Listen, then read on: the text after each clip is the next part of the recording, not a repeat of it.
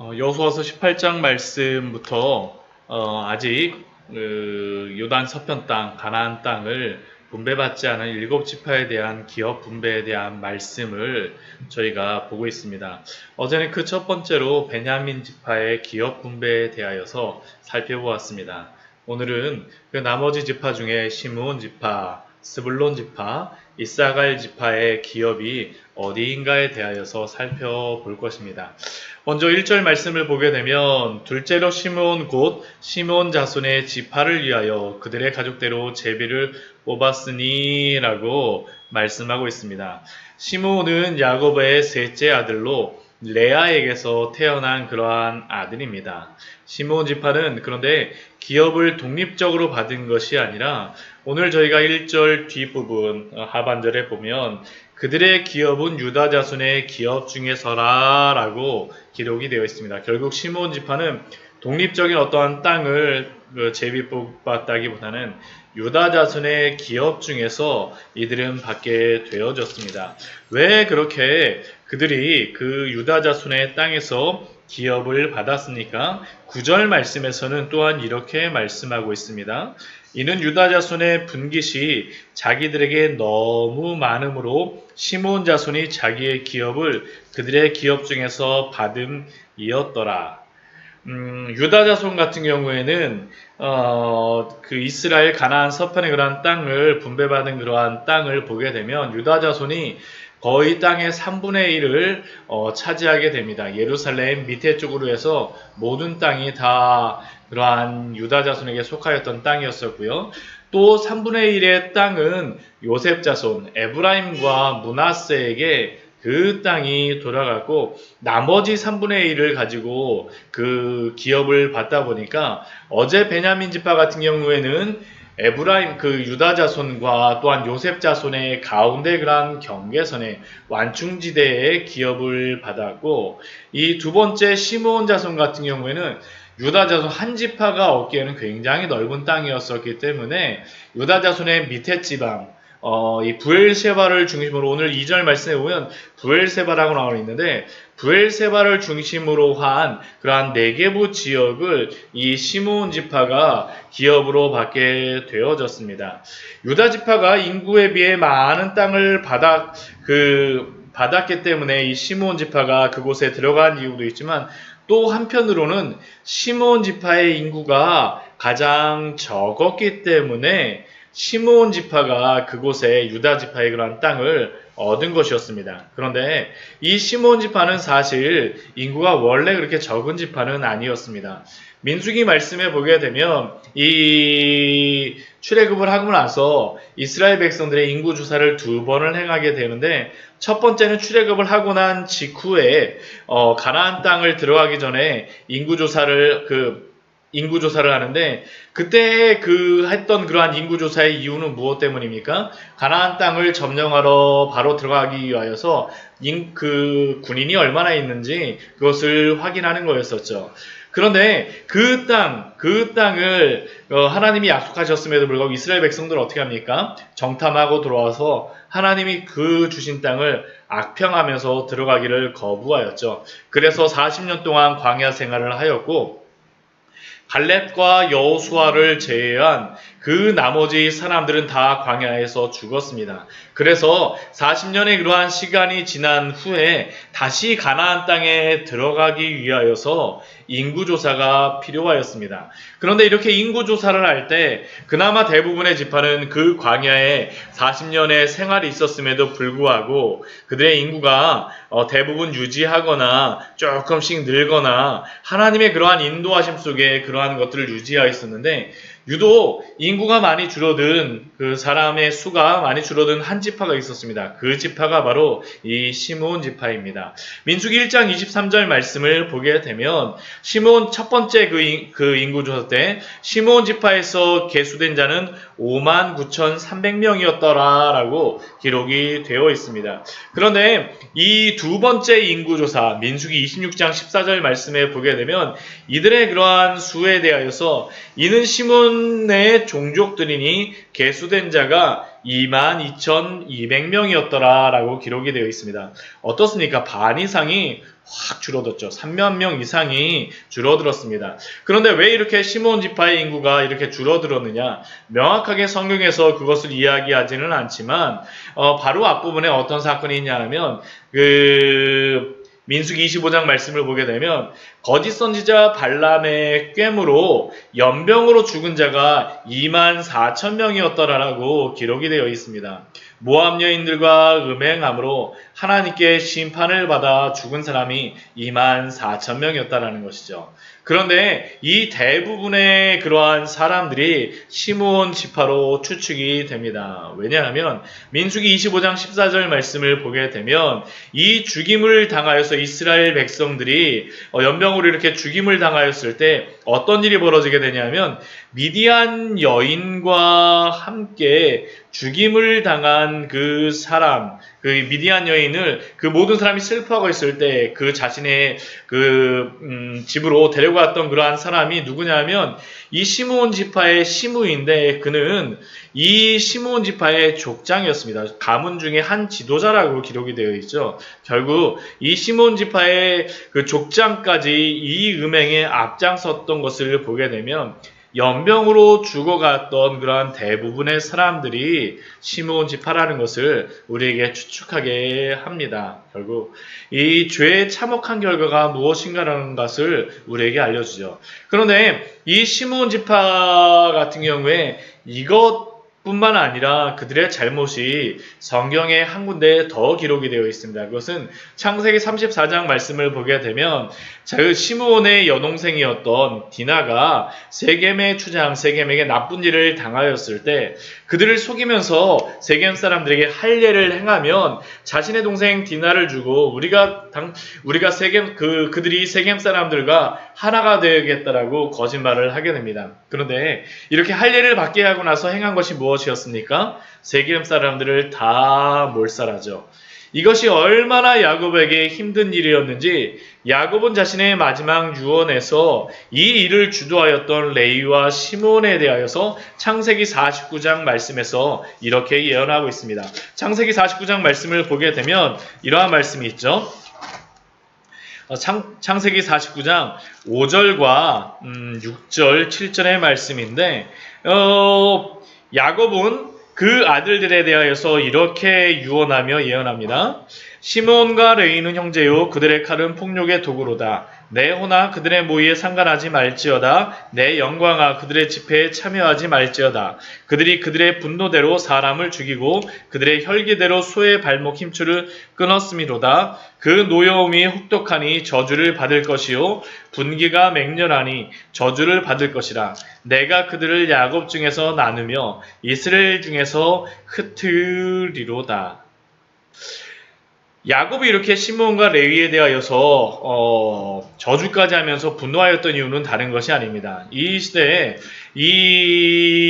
그 메소포타미아 지역에서는 이 유목민 그러한 사람들이다 보니까 이들에게 중요한 법이 있었는데 그 중요한 법 중에 하나가 무엇이냐면 고엘, 기업무름의 법이었습니다. 이 고엘의 법, 기업무름의 법은 다른 것이 아닙니다. 그 자신의 그러한 형제나 이웃이 해를 당하였을 때 그것을 대신 가서 원수를 갚아주는 것도 이 고엘을 행하는 것이죠. 그런데 이 시므온과 레위가 세겜 사람들을 다 죽이게 되니까 어떤 일이 벌어지게 됩니까? 이 세겜 주변에 있던 그러한 가나안 사람들이 이 야곱과 식구들을 다 몰살할 수가 있는 것입니다. 그러다 보니까 야곱이 굉장한 두려움에 빠지게 되었죠. 그래서 이 시므온과 레위에 대하여서 이렇게 예언하며 또한 저주하는 그러한 예언을 하였던 것입니다. 그들을 야곱 중에서 나누며 이스라엘 중에서 흩으리로다. 그래서 이 두 지파 같은 경우는 다 흩어지게 되어집니다. 이 레위 같은 경우는 어떻게 됩니까? 다행히 레위 같은 경우는 제사장 지파가 됨으로 말미암아 12지파 가운데 그 제사장으로서 그 제사장 지파로서 흩어지게 되어지죠. 그러나 축복된 그런 흩어짐이라고 할 수 있지만 그러나 시므온 지파 같은 경우는 그렇게 흩어진 것이 아니라 이 유다 지파 가운데 적은 기업을 받음으로 말미암아 그러나 이 네게부 지역 같은 경우는 메마른 지역이다 보니까 살기가 그렇게 녹록지 않습니다. 그렇기 때문에 이 시므온 지파는 유다 지파의 흡수가 되기도 하고 또 이스라엘 전역에 흩어졌다라고 그렇게 생각이 되어집니다. 얼마나 참 시몬 지파 같은 경우는 자신들의 그러한 죄로 인하여서 얼마나 큰 그러한 벌을 받게 되어집니까? 이것을 보면서 우리는 이 시몬 지파를 보면서 우리는 죄의 결과가 얼마나 처참한지를 깨달아야 합니다.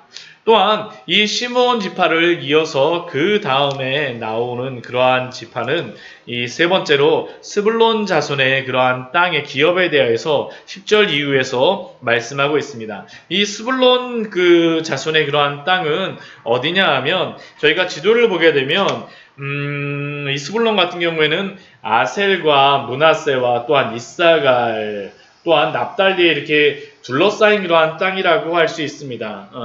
오늘 말씀 그 스불론 자손의 그러한 중요한 그러한 지역 중에 하나는 보게 되면 다볼의 경계에 이르렀다라고 이야기를 다볼산 같은 경우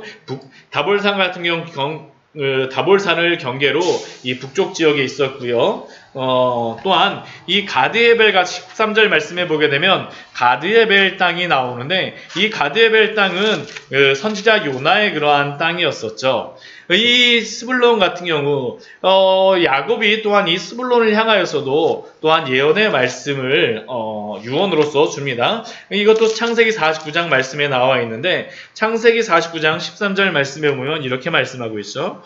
스불론은 해변에 거주하리니 그곳은 뱀에는 해변이라 그의 경계가 시돈까지리로다.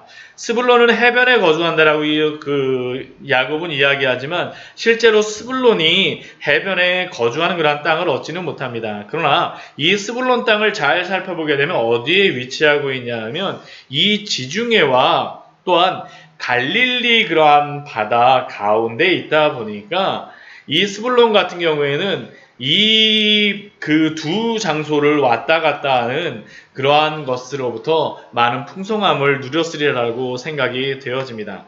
또한 이 스불론 같은 경우에 구약 성경에서는 그렇게 유명한 땅이 나오진 않지만 신약에서 굉장히 유명한 지역이 나오고 있습니다. 그것이 어디입니까? 예수님이 나사렛 사람이라고 말씀하시는데 예수님의 고향으로 여겨졌던 나사렛이 바로 이 스불론 자손의 땅에 있었습니다. 그리고 또한 예수님이 첫 번째로 이적을 행하셨던 가나의 혼인잔치에서 물을 포도주로 만드셨던 그러한 지역 가나가 바로 이 스불론 땅에 있었습니다.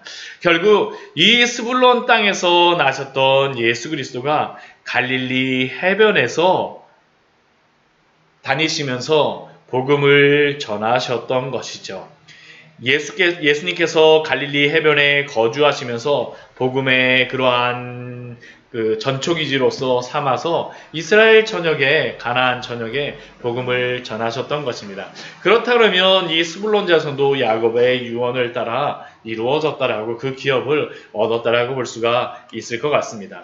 또한 17절 이후의 말씀에서는 이사갈 자손의 그러한 기업에 대하여서 우리에게 알려주고 있습니다. 이 이사갈 자손 같은 경우는 어디 지역이냐 하면 18절 말씀을 보면 그들의 지역은 이스라엘과 그술과 수넴이라고 합니다. 이스라엘 지역에 있었던 그러한 성읍들입니다. 이 이스라엘 같은 경우는 므낫세의 그러한 기업에 대해서 나눌 때에도 잠깐 이야기를 하였었지만 이스라엘 땅에서 가장 비옥하고 가장 좋은 땅을 어디로다 생각을 하냐면 이 이스라엘 평야를 말합니다. 굉장히 넓고 또한 굉장히 비옥한 땅입니다. 비도 많이 오고요. 농사짓기에 아주 좋은 땅이었습니다. 그래서 이 이스라엘 지역 같은 경우에는 그 땅이 비옥하다 보고 평지다 보니까 많은 전쟁이 또한 일어났던 곳이 바로 이 이스라엘 지역이었습니다. 왜냐하면 좋은 땅이고 그렇다 보니까 많은 사람들이 여기를 또한 점령하고 왔었죠. 그리고 또한 그 찰병거가 다녔던 지역이 또한 이스라엘 지역이었습니다. 그러니까 이사갈 자손은 좋은 땅이었음에도 불구하고 여러 전쟁 가운데 압제를 받았던 그러한 지파라고 할 수 있습니다. 이 이사갈 같은 경우, 이사갈 지파 같은 경우에 그 받았던 야곱으로부터 받았던 그러한 그 유언의 말씀이 우리 창세기 49장 말씀에 또한 나와 있는데 이 창세기 49장 말씀에 보게 되면 이사갈 같은 경우를 이렇게 말씀합니다. 우리 14절, 15절 말씀에 보면 이렇게 이렇게 말씀하는데 이사갈은 양의 우리 사이에 꿇어앉은 건장한 나귀로다. 그는 쉴 것을 보고 좋게 여기며 토지를 보고 아름답게 여기고 어깨를 내려 짐을 메고 압제 가운데서 섬기리로다. 오늘 말씀 그대로 이사갈이 기업을 받았죠. 야곱의 그러한 유언 그대로 양의 우리 사이에 꿇어앉은 건장한 나귀와 같이 농사짓기에 좋은 땅을 받았었고 그들은 그 땅을 얻음으로 말미암아 그 토지 가운데서 아름다운 그러한 풍성한 소출을 얻었습니다. 그러나 이들이 이러한 좋은 땅을 얻음으로 말미암아 또한 있었던 문제가 무엇입니까? 압제 아래에서 섬기는 그러한 일들이 이 이사갈 가운데 있었었죠. 결국 우리가 오늘 이 세 지파, 시므온 지파와 또한 스불론 지파와 이사갈 지파를 통하여서 우리가 알 수 있는 그러한 것이 무엇입니까? 야곱에게 주셨던 그 유언 또한 예언의 말씀이 하나님의 약속이 그들의 기업을 얻는 것 가운데 그대로 성취되어졌다는 것을 우리는 알 수 있죠. 우리는 말씀을 보면서 이러한 것을 발견해야 됩니다.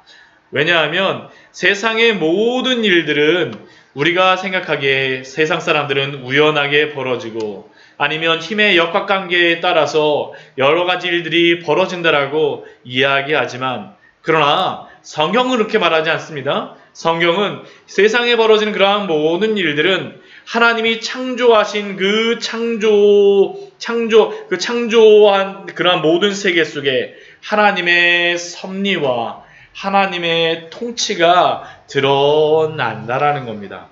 결코 우연하게 벌어지거나 세상의 힘의 역학관계에 따라서 그러한 일들이 이루어지는 것이 아니라 하나님의 섭리와 통치 가운데 그 모든 것들이 이루어진다는 사실입니다. 그리고 만약 우리가 이것을 믿는다라고 하면 이 예측할 수 없는 이 세상 속을 살아가면서도 우리는 평안하게 살아갈 수 있지 않겠습니까?